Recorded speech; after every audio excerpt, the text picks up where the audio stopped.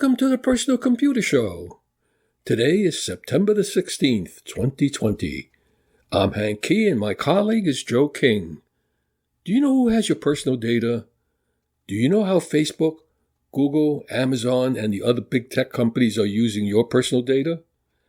Our website is pcradioshow.org. We are heard each Wednesday at 6 p.m. Eastern Time on prn.fm, streaming on the Internet. Podcasts of the program is available on prn.fm on the Internet, as well as pcradioshow.org. To listen to the live program on the telephone each Wednesday at 6 p.m. Eastern Time, the number is 641-793-7091. You can leave us a message with your question or comment at hank@pcradioshow.org.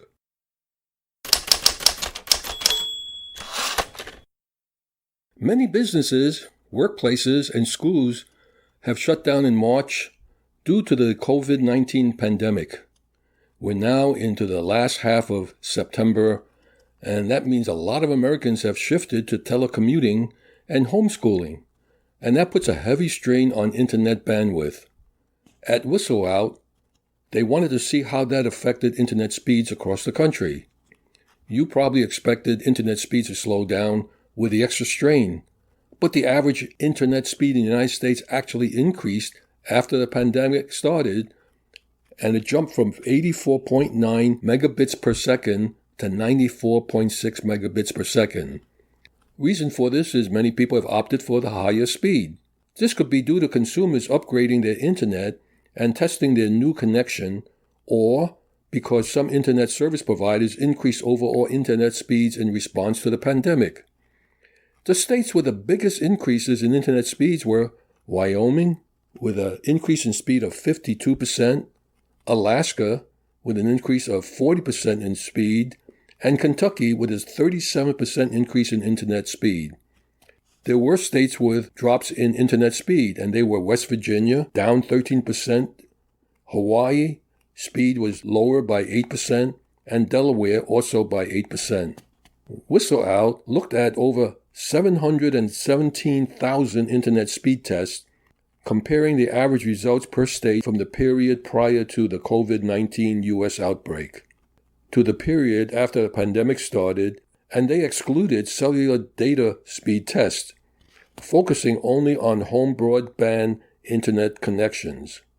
Will this increase in overall internet speed usage continue after the end of the pandemic?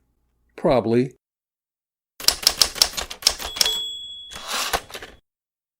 Well, this lockdown since March is almost 6 months. A new study out is at the latest to show that the COVID-19 pandemic is taking a heavy toll on Americans' mental health. The research found that more than a quarter of adults surveyed have clearly experienced depression symptoms recently, over 3 times as many who said the same in a survey taken before the pandemic. Researchers from Boston University and elsewhere recruited more than 1,400 people between late March and mid-April, interviewing them over the phone. These volunteers, intended to be a nationally representative sample, answered a questionnaire routinely used to screen for depression symptoms. Then their responses were compared to a sample of people who had taken part in 2017 to 18 version of National Health and Nutrition Examination Survey, a yearly annual survey of Americans' lifestyle and dieting habits conducted by the government. The same questionnaire was used in both surveys. More women reported depression symptoms than men. During the pandemic, 33% of women had symptoms of depression during the pandemic, compared to only 22% of men. When they included people with mild depression symptoms, this disparity grew larger. Slightly over half of the Americans, that's 52.5%, reported some symptoms of depression during the pandemic compared to 24.7% before. These findings were published in JAMA, that's the Journal of American Medical Association Network Open. Having symptoms of depression doesn't necessarily translate to having clinical or major depression, which can be very difficult to treat and last for months or years at a time. It's possible that many people experiencing symptoms during March and April have already recovered and will do so without the need for dedicated treatment. The number of daily deaths reached their current peak in March and April. This isn't the first evidence to suggest that the direct and indirect effects of the pandemic, such as the death or illness of loved ones over the loss of employment due to lockdowns and scant government support, are affecting our collective mental health in the United States and elsewhere. Indeed, according to the researchers, there's evidence a pandemic may be having a greater impact on mental health than other large-scale traumatic events.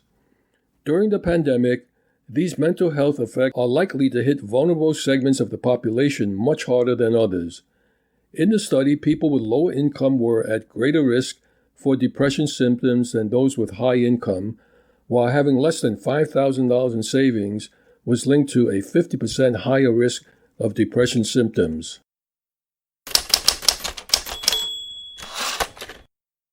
Lacrosse is a sport, but Google has a project called Lacrosse, spelled Lacros. The product lifecycle support for a Chromebook is 8 years. The catch is, it is 8 years from date of manufacture. You have no idea when it was manufactured, as it could have been sitting on the dealer's shelf for a while. With a Chromebook, the shelf life is subtracted from the product life support. It's almost like buy the product to find out how long it is supported. The system is probably still useful, but it will no longer get updates, leaving your device vulnerable to security exploits while missing out on cool new Chrome features. And in this case, I'm talking about Chrome, the browser, not Chrome, the operating system. Google has a project known internally as Lacrosse. Your update woes may soon be a thing of the past. Google's history on device updates have been a significant problem on Android. Back in October of 2017, Android's distribution rate was very disappointing. An embarrassing 0.2% of devices were running the latest version of the operating system. While Android fragmentation still plagues many devices today, thanks to OEM complacency, Google's Project Trouble is making a substantial difference in increasing the Android adoption rate and further extending the lifespan to older devices. Google now wants to do the same thing for Chromebooks, and the answer is Lacrosse. What is Lacrosse? Lacrosse is an experimental initiative to separate the Chrome browser from the Chrome operating system. This allows Google to ship two separate binaries independently despite its version discrepancy.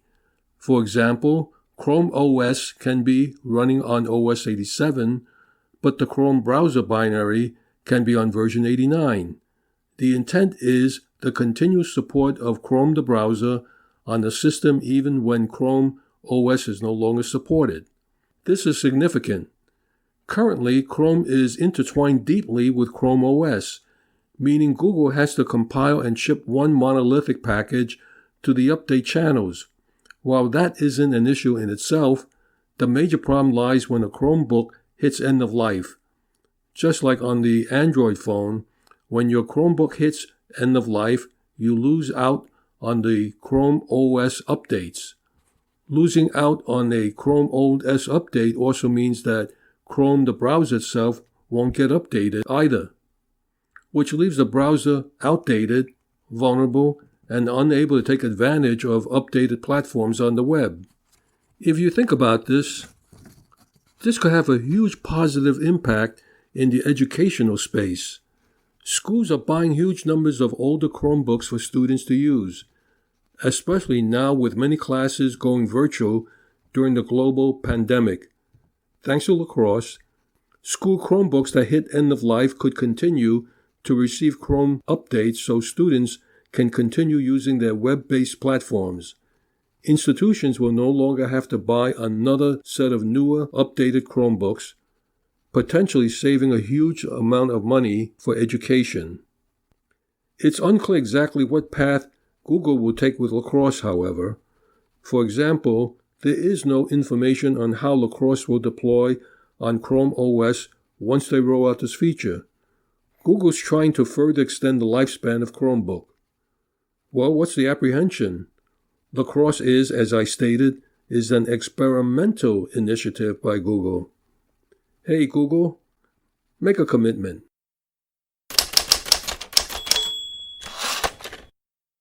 Dozens of Amazon's own products have been reported as dangerous, melting, exploding, or even bursting into flames. Many are still on the market. CNN reported that a fire originated at a home with an Amazon Basics USB cord. It was traced to a white USB cord. Part of the cord was hanging off the chair and still intact, but the other side was stuck to the seat and had melted into a bare wire. It was concluded that the fire originated with the cord being used to charge a cell phone. The report stated the cord experienced a short circuit. The heat produced by the cord ignited the upholstery for the office chair. The cord had been branded with the name Amazon. It was sold by one of Amazon's popular private label lines, Amazon Basics, which offers budget-friendly products including consumer electronics, household appliances, home goods, and office accessories.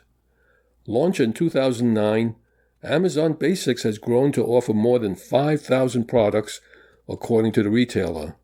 Its mission, identifying everyday items that Amazon can create at a similar or higher quality at lower price point when compared to existing name brands, a strategy also employed by companies such as Costco and Target. Using keywords including fire, dangerous, and burn, CNN reporters identified more than 1,500 reviews about Amazon Basic electronics and appliances posted by U.S. customers on Amazon.com from 2016 through early 2020 that describe safety-related issues. More than 10% of the reviews identified by CNN reported that products had caught fire, in some cases describing how flames shot out of the devices. Nearly 200 included reports of damage to homes or belongings, including charred walls and fried cell phones. A growing number of Amazon Basics products, which the company promotes heavily on its site, have become bestsellers since the line's inception, and many have ratings above 4 stars, according to Marketplace Post research. In recent months, the online retail sales have been soaring as millions of Americans have been staying at home, and, in many cases, working remotely during the ongoing pandemic. Since 2016, at least 1,500 reviews covering more than 70 items have described products exploding, catching on fire, smoking, melting, causing electrical malfunctions, or otherwise posing risk, according to the analysis of Amazon Basics, electronic and appliances listed on its website. The reviews identified represent a small fraction of the overall purchases of products, and fires caused by consumer electronics are not unique to Amazon-branded items. User error can also be a factor, as can faulty or aging wiring within a home or defective device being used in conjunction with the product. But when well made and used properly by consumers, electronics like those sold under the Amazon Basics name should really pose dangers. Within the more than 1,500 reviews, many consumers explicitly called out items as potentially dangerous, using terms such as hazard or fire, or saying the product should be recalled. Around 30 items with 3 or more reviews like this remain for sale on Amazon.com today. At least 11 other products that fit this criteria were no longer for sale at the time of publication. Amazon confirmed at least 8 of these products had been under investigation, but said the company determined they all met its safety standards. Customers trusted that Amazon Basic purchases would be safe and well made since they were branded with Amazon's name and frequently touted as Amazon's choice. But even as complaints have mounted, the company has provided little or no information to consumers or the public about how it is handling allegations that some of its merchandise is unsafe. Many customers said they immediately throw out the defective devices or sent them back to Amazon at the company's request. The retailer said safety is a top priority at the company, and it takes a number of steps to ensure all Amazon Basic products are safe and high quality, such as selecting experienced manufacturers, monitoring customer feedback, and testing items to ensure they pass safety and compliance standards both before and after they are available. It also said Amazon Basics offer thousands of products which, combined, have more than 1 million reviews, and that concerns are thoroughly investigated and that the company acts accordingly. The outcome of the investigation varies on a case-by-case basis and may include removing the product from the store, adjusting the design of the product, notifying the customer to stop using the product, or other appropriate action. A company spokesperson said they want customers to shop with confidence, and if ever a customer has a concern, they can contact customer service and they will investigate.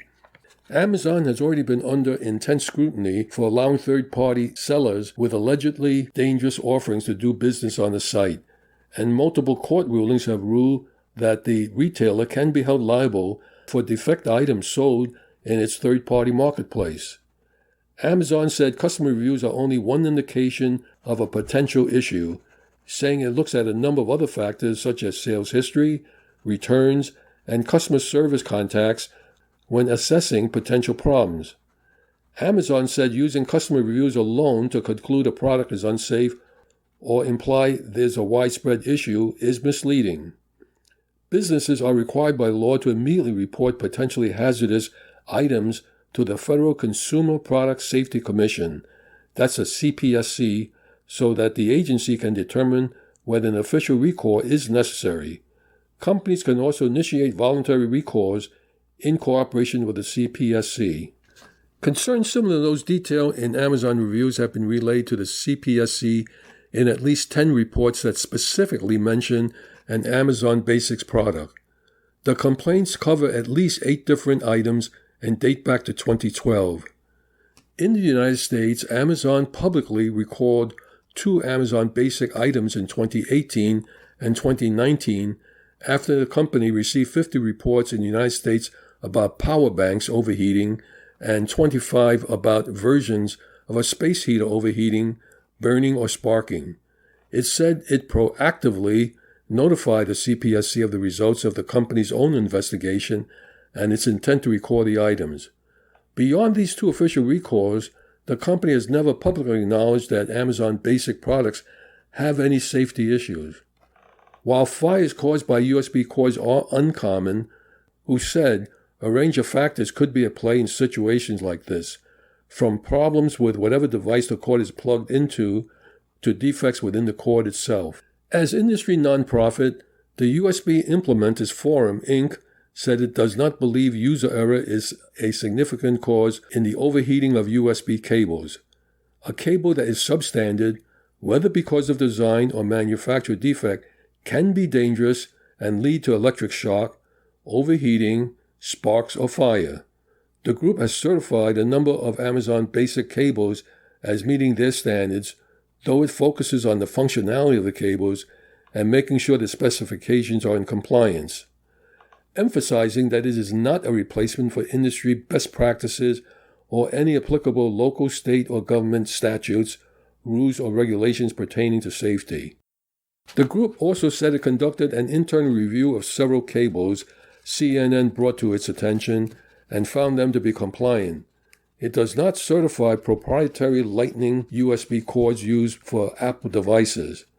Apple said it allows manufacturers to use its Lightning connectors in their products if those items are tested and confirmed to meet high-quality standards, and the company expects manufacturers to meet any applicable safety standards.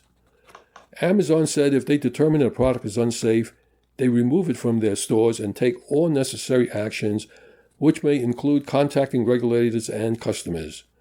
3 former Amazon employees said the vast majority of Amazon Basics electronics are made in Asia. The company list of suppliers used for its various private label lines, including Amazon Basics, shows that only 10% are in the United States and nearly half are located in China. Amazon typically brings Amazon Basics to market in 2 ways.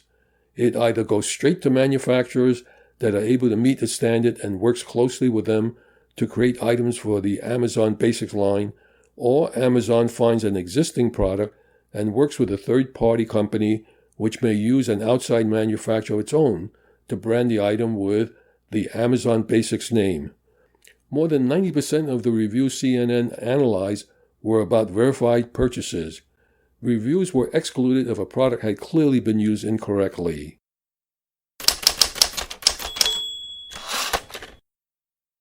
What is a cable card?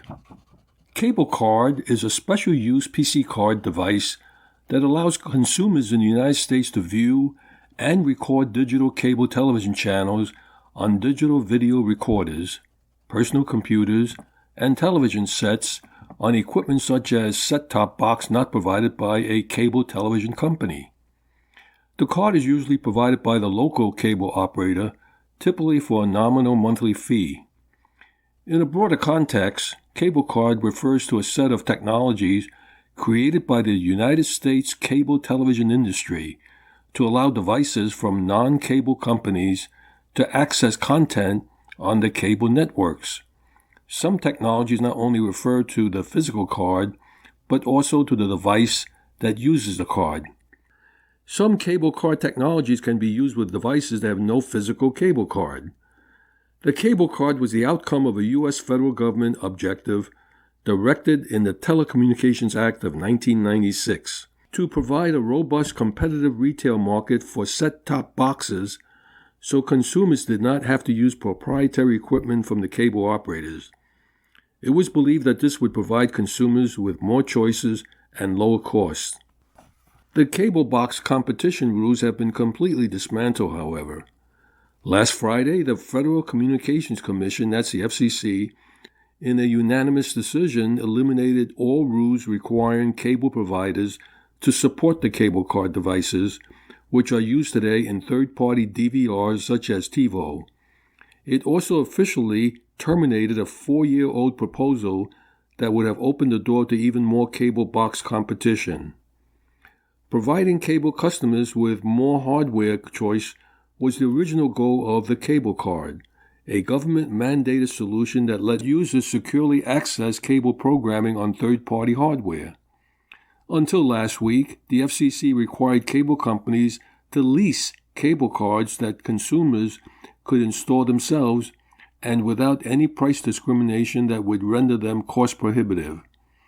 Cable companies also had to report to the FCC on their deployments of cable card to ensure they were following the rules. Satellite TV service providers, meanwhile, were never held to similar rules. The FCC now says these rules are no longer necessary, in part because people can just use streaming devices to access paid TV content instead. Well, why cable box competition still matters? There's just one problem with that argument. Streaming apps aren't nearly as prevalent as the FCC claims.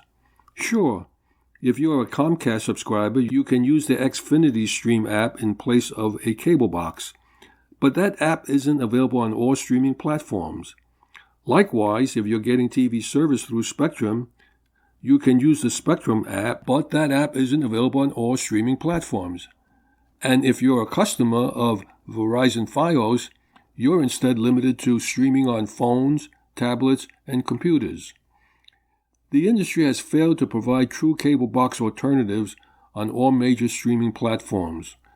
FCC quotes the industry trade group NCTA as saying its mission is accomplished. Heck, I disagree with that. Because the 9 largest TV providers support apps that can be used to watch their content consumer-owned devices. While that might be technically true, it distorts the reality that streaming device support is inconsistent across the board. And although live TV streaming services such as YouTube TV and Hulu Plus Live TV do provide alternatives to cable and satellite TV, their channel lineups are different, and they require fast and reliable internet service, which is not available to everyone. Meanwhile, widespread enforcement of data caps can limit how much video cord cutting can stream over the internet without paying steep overage fees. The FCC has declined to do anything about data caps. Neither the TV industry nor the current FCC has served the interest of the public. Well, that's my 2 cents.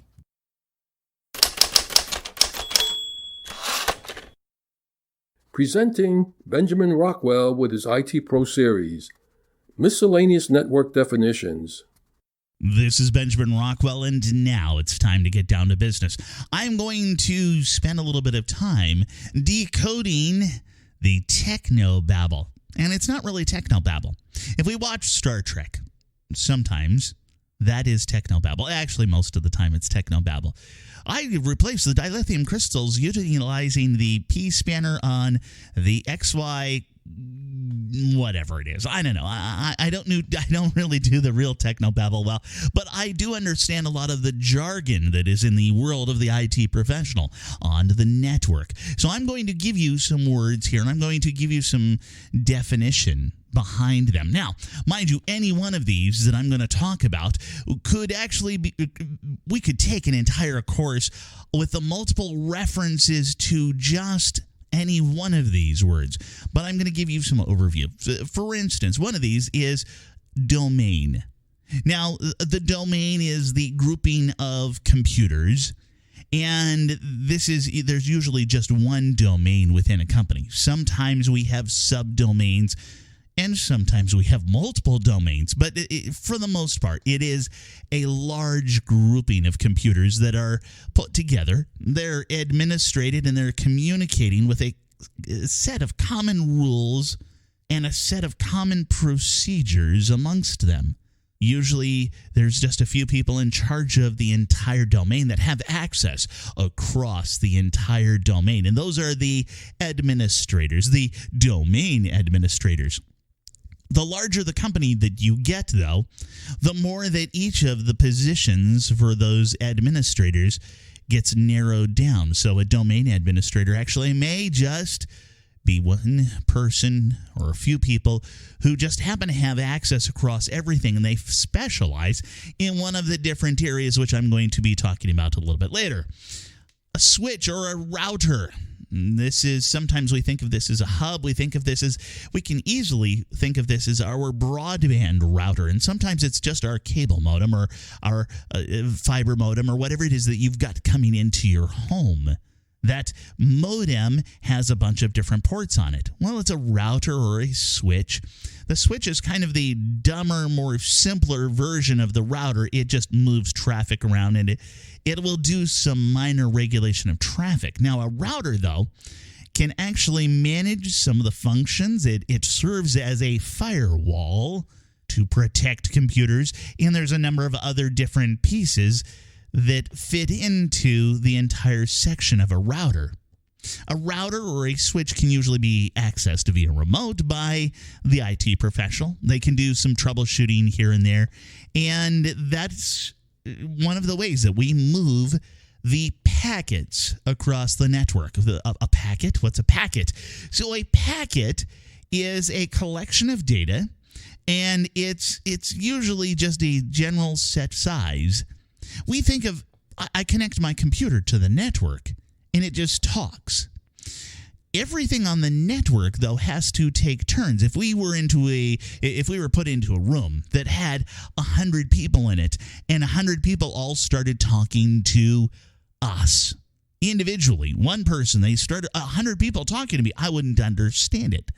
Now, if I go through and each person takes a turn and they give me their little bit of information. Hi, my name is Susie and I'm a doctor. Hi, my name is Jack and I'm a physical therapist. Hi, my name is John and I work on cars. Well, we can get those bits and pieces of information. And that is actually how it happens across a network. It all comes one at a time across that entire network via packets, those little bite-sized pieces of information, those bite-sized conversation points along the way. Now, we do that in packets to allow everybody a chance to go through. So I can find out, okay, this is Susie, this is Jack, this is John, this is Nancy, this is Marco. And I can get their names first, and then I can get their titles first after that. And then I can go through and I find out their specialty after that in very small bite-sized pieces or packets of information. And I can accumulate all of that. instead of it being a 5-minute conversation with Susie about everything in her life. So we separate it into packets. Now, those packets go via IP addresses to our computers. You may have heard of this, the Internet Protocol address, IPv4, IPv6. All it is it says, that's Benjamin's computer, that's Susie's computer, that's Marco's computer, that's Marty's computer. Whoever it is, it puts it all together, and it keeps track of this entire network, and it says, okay, I want to send something just to Marty, and it sends it to his IP address. It's all done through the domain name service by assigning addresses utilizing a DHCP server, which is just a DHCP server is a server that just sits there and hands out IP addresses. Kind of like the post office. It says your address is, 123 North Main Street. Nice and generic. Why don't we go with that? And your address over there, yours is 125 South Main Street. And it just assigns those out, that DHCP server or service, and it will all vary within different companies, and all of this kind of stretches back and forth in a number of different directions, and all of this just happens to work. It's all been set up, it's all been written down years ago. It was designed to work, and if it didn't work, well, they fixed it up some more. I hope this gives you a little bit of an idea, a glimpse into some of the terminology we use as IT professionals. This is Benjamin Rockwell. Back to you, Hank. Thank you, Benjamin.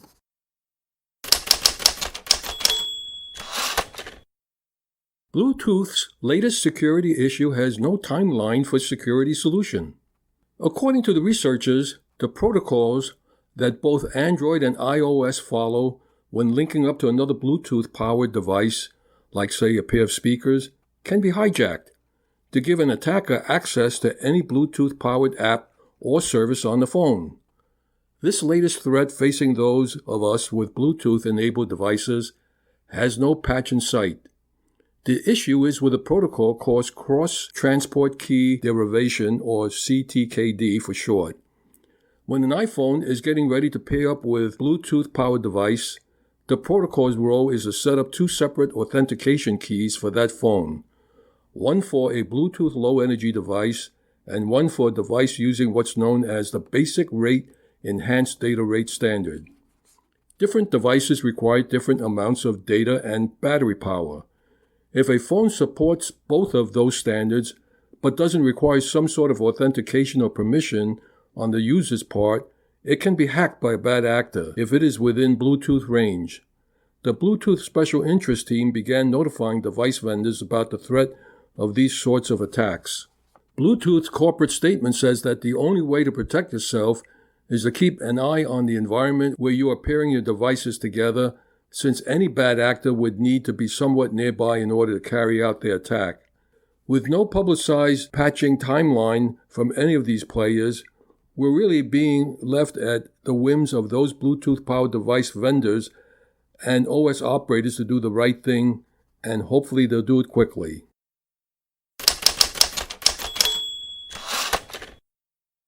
On the past couple of shows, I've been reporting and commenting on H-1B worker visas. Big banks and big tech firms have been big users of H-1B visas, which have enabled them to hire in global talent that were temporarily banned by President Trump in June of 2020. Despite protestations that the ban would lead to pay inflation for the finite pool of super smart folks that have U.S. citizenship, the ban also have plenty of supporters. Key among them is Hal Saltzman, a professor of planning and public policy at Rutgers University. Saltzman says there's absolutely no reason why banks and tech firms should complain about the lack of H-1B visa talent. Annual hiring demand for top talent position is probably, say, 5,000 new hires a year. Make it 10,000, he says. If you like, he points out that U.S. produces 1.9 million bachelor graduates a year, plus hundreds of thousands of master graduates, plus PhDs, and Salzman says it seems implausible they can't find that number among the 1.9 million. Salzman pointed out that only a third of all U.S. STEM degree holders are actually employed in STEM jobs, suggesting the majority are underemployed and that the supply of U.S. STEM graduates more than meets the country's demand. The same paper pointed out that the supply of U.S. STEM students is highly elastic and increasing. The U.S. education system has produced ample supplies of students to respond to STEM labor demand. Why then do banks and tech firms like to hire in developers, quantitative analysis, and data specialists from overseas? It's all about labor arbitrage, and that the United States government shouldn't be supporting this. H-1B is the government reaching its hands into the pockets of tech workers, and those are lucky enough to get jobs. If banks and technology firms really need specialist talent from overseas following the H-1B ban, they can still hire them using things like the O-1 visa for outstanding talent, which has fewer constraints than the H-1B. They could also recruit from some of the PhD students who leave U.S. university each year, of which only half are in career jobs. Are we to believe the talent that these companies are looking for is so extraordinary, rare, and greater than doctoral scientists or engineers? As reported by the United States Department of Labor, the majority of H-1B visas that today total over 2,311,000 workers do not have advanced degrees. According to an Economic Policy Institute's comprehensive study concerned with the supply and demand of STEM graduates, findings indicate that for every 2 students graduating with STEM degrees from U.S. colleges, only 1 is hired in a STEM job. That's quite a disconnect, especially if training is rigorous. The study was prepared by experts Hal Salzman from Rutgers, B. Lindsay Lowell from Georgetown, and Daniel Kuhn from Urban Institute and Economic Policy Research, and they concluded that in computer and information science and in engineering, U.S. college graduates 50% more students than are hired into those fields each year. It also concluded that there isn't a shortage of talent, and if there was, wages would have risen rather than remaining flat over the period in question. Looking at the future, the report indicates that there will be 3 new higher tech degree holders for every 2 high-tech jobs over the next decade. There are already millions of unemployed college grads. Why is it relatively easy for STEM-trained immigrants to get their green cards compared with non-STEM workers? Does labor really need these masters and PhD-laden workers when most jobs today only require a bachelor's degree? Data provided by the National Science Degree Foundation for STEM degrees awarded, the Department of Education and the Department of Labor Statistics indicate that from 2010 to 2020, there will be 2.5 million STEM-based job openings. Projected STEM degrees earned to fill those jobs in the United States are 3.9 million, with the largest segment, 2.6 million, graduating with bachelor's degrees. Why then do we have a shortage of talent? Is the training received in U.S. universities of lower quality? The Times Higher Education World University Rankings of 2020 includes almost 1,400 universities across 92 countries, the largest and most diverse university rankings ever to date. In the top 100 universities in the world, 30 were in the United States. In the top 10, 7 were American universities. If we continue to staff U.S. jobs with low-cost H-1B immigrants, isn't this reverse offshoring? What difference does it make that the jobs themselves are on or come back to the United States if they aren't going to students who are preparing for them domestically? If our students can't compete educationally, strengthen the program, but then hire them. Maybe I'm missing something. If I am, enlighten me. Most of the work done by H-1Bs is not high-level work requiring special talent. It is low-level like software tests. Anybody with an associate degree in computer science and some decent ability could do the work. Plenty of hired H-1Bs do even less sophisticated work that has never actually looked at the underlying hardware and stayed at the high-level language level. We need reform. It's overdue.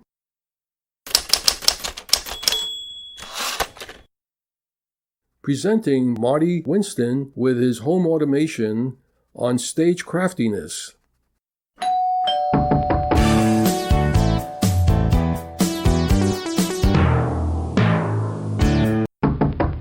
You know, it takes less than you think to fill a home TV screen. In the early days of television, for example, they might hang a piece of poster board with a sponsor name and logo on it and place the product itself on a tea cart with a drape or a tablecloth. TV news studios are often the size of a single-car garage, even today. In April of 2019, we bought a 1979-built house from its original owner. It had a mostly unused and unfinished basement, roughly 30 feet by 50 feet. We added framing and created a front section that's roughly 15 feet by 25 feet. You could call it the northwest quarter. The north wall end is my office space. The rest is an open space, a stage, from which it will be easy to create any number of small sets for themed presentations, none of which need be permanent. Yeah, we're talking about construction and some do-it-yourself and some contractors, and in this era, everything takes longer. But that makes it easier to explain the changes that have happened, that are happening, and that will happen, and how they will help this space to be a workable, functional studio, and not just a basement with a camera. Several cameras, but you get the idea. And listen, I'm sharing this partly because you may want to think about how you appear on Zoom and Skype calls. It doesn't take a lot of space. It doesn't take a lot of prep. It doesn't take a lot of equipment. It just takes thinking in terms of the picture. Well, back to the stage. Once the framing here got established, the first concerns were electrical. The entire space, only had total half a dozen outlets, and the whole house only had a 24-breaker load center box. Well, that got upgraded to 60 breakers, and a whole house surge protector was added to it. Almost 2,000 feet of electrical wiring, mostly 20-amp Romex cable. Well, that went into the ceiling and the walls, mostly in the basement.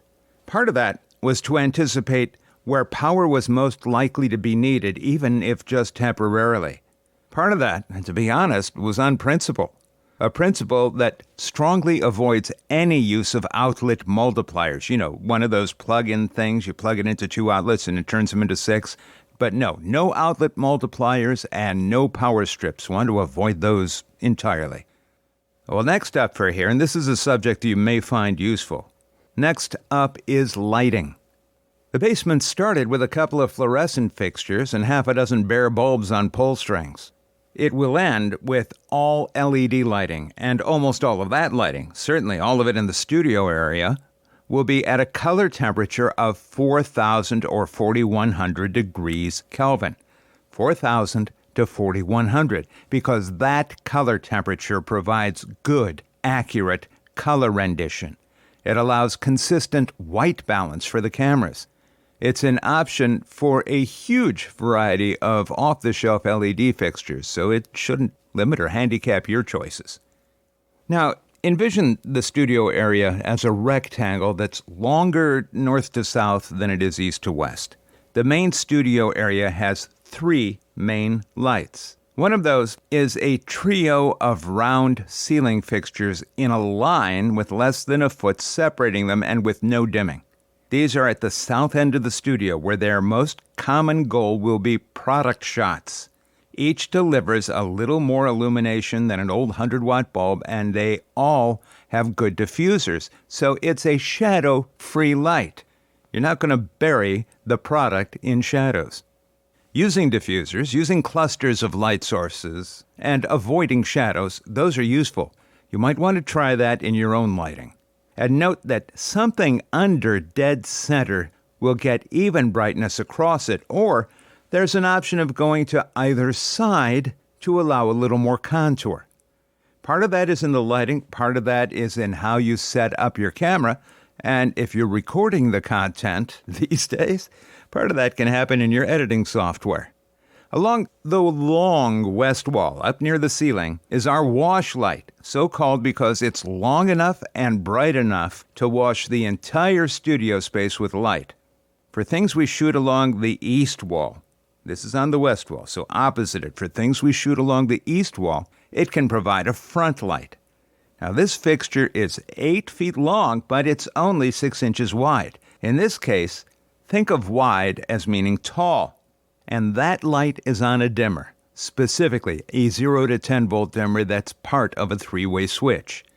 In any mix of lighting, that gives us a choice of making it a primary or secondary illumination source, or, of course, turning it off. Now, opposite that fixture, on the ceiling near the east wall, not all the way to it, but near it, is a 4 foot by 2 foot edge-lit fixture, a flat panel, flat as a pancake. Its long east edge is about 1.5 feet from the east wall. It's also on its own dimmer. Depending on how and where we set up a shot, that can be a top light, a front light, or a back light, or, again, turn it off. Those alone are the only fixed lights we need, just those 3 little setups. That's all we need. But there is one more. One will almost certainly change before we use it in shooting. It's a downward-facing LED ribbon at the ceiling where the ceiling meets the east wall. Actually, it's kind of behind a long white shield, so all you see is the glow coming down.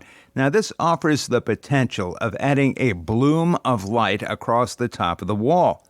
Now, that'll take some trial and error to determine what exactly we can get that to deliver. The idea of it is to kind of have a signature in the shot. Always have that wash at the top of the wall. Always have that wash at high levels on the screen. It's consistency. The office area near the north wall has 3 thinner edge-lit lights. Not thinner in thickness, but they're each 1 foot wide and 4 feet long, where that big one on the stage is 2x4. These are 3 1x4s. 2 of them are at right angles above the 2 sections of a right-angle desk, and the third is over a credenza table behind me. All 3 share the same 0 to 10 volt dimming control. Also, these 3 lights are slightly warmer than the studio lights at 3,500 degrees Kelvin. It's just enough difference in tonality to help set the office shots apart if we ever need to shoot into the office. You know, there are also lighting changes that impact the rest of the basement for various reasons. Motion-triggered lights are at both exit stairways. Circular LED fixtures, flat pancake things that are not much bigger than floodlight heads, well, those are in the storage area. Remember those 3 lights at the south end of the studio, each about as bright, a little brighter than a standard 100? Well, there's another 3, same fixture, so I've got a total of 6 of those. Another 3, spread out slightly wider, are over the test bench in the northeast quarter of the basement. We'll have some shooting to do there, too, as we go into the technical products. Now that the lighting is in and has been tested, and that just happened last week, it's time for us to start adding drywall and paint to one face of each of 2 of the new framing sections. These are backdrops for our shots. The rafters, exposed right now, those will get covered, not very far down, with white Autem. That's AUTEM acoustic ceiling. It's fabric-based, inch-thick ceiling cover. A multiple-layer fabric that reduces noise, and the white color will help diffuse and spread the lighting. The floor will be getting LVT, luxury vinyl tile, in a light gray. You now have a lot of the picture of the physical space, but there's a lot about the audio and video setup that may also interest you. Well, we could do everything with 1 camera. We tend to use at least 3 and as many as half a dozen. Tripods help us crank the cameras up high and shoot downward, so the relatively low height of the 7-foot ceilings aren't noticeable in the shots. 1 camera can get the presenter, 1 can get the product shot, and that's a decent 2-camera approach. We also have special visualization cameras for time-lapse, for heat imaging, and so on, and an action cam for involving cutaway, hands-on product and use shots. Voice-over audio can happen with the office mic, the same one behind these radio segments. There's also a wireless mic, a lavalier, and several other available mics for recording not only voice, but also the operational sounds that some products make or that we might make while using products. Also, and this is a good trick, we let the cameras record. When we're editing, we can choose among the best audio-video sources for each shot that we want to lay down and either drop them in or mix them in as is appropriate. Having the audio also on the video means we can sync the action up just by listening to both tracks together. Absolutely, they were spoken at the same time, or whatever noise happened at the same time. All of this, believe it or not, all of this is more sophisticated, more technological, more agile, and higher quality than the gear that was in real TV studios as recently as the 60s or 70s. And all of this makes it possible for just one person to be the entire production crew, and on camera too. The whole idea, an idea you may want to adopt, is to have a concept ahead of time of what you want to say and what you want to show, and to never be just a talking head.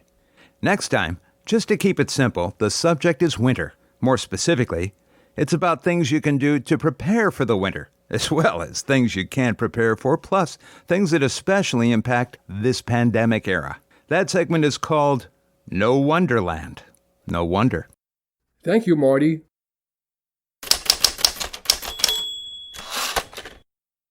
Public service announcements. Computer club meetings in the New York, New Jersey, and Connecticut tri-state region. Most of the computer clubs have begun to schedule their general monthly meetings through teleconferencing. For update information, visit the website of the computer club. The New York Java SIG is celebrating its 25th anniversary. The New York Java SIG is the first Java user group, and it is the largest in North America. They will be streaming the celebration of their 25th anniversary event on YouTube September the 23rd, 6:30 to 8:30 p.m. Eastern Daylight Time. The inventor of Java will be one of the panelists at the event.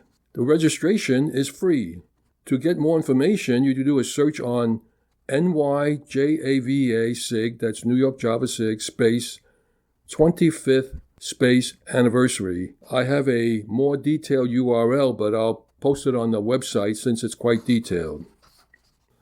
The Princeton PC Users Group has a meeting on Tuesday, September the 22nd at 7 p.m. via Zoom virtual meeting. Their website is ppcug-nj.apcug.org. The Brookdale Computer Users Group, What is the Right Way to Repair movement? Thursday, September the 24th, meeting time is 6:45 p.m. via Zoom virtual meeting, and the website is pcug.com. The Westchester PC Users Group has a presentation on web services, Thursday, October the 1st, 2020 at 7 p.m. via Zoom virtual meeting. Their website is wpcug.org. The New York Amateur Computer Club has a meeting on Thursday, October the 8th. Meeting time is 7 p.m. via Zoom virtual meeting, and the website is nyacc.org. The Long Island Macintosh Users Group has a meeting on Friday, October the 9th. Meeting time is 8 p.m. via Zoom virtual meeting, and their website is limac.org. And the Amateur Computer Group of New Jersey has a meeting on Friday, October the 9th. Meeting time is 8 p.m. via Amazon Chime, and their website is acgnj.org.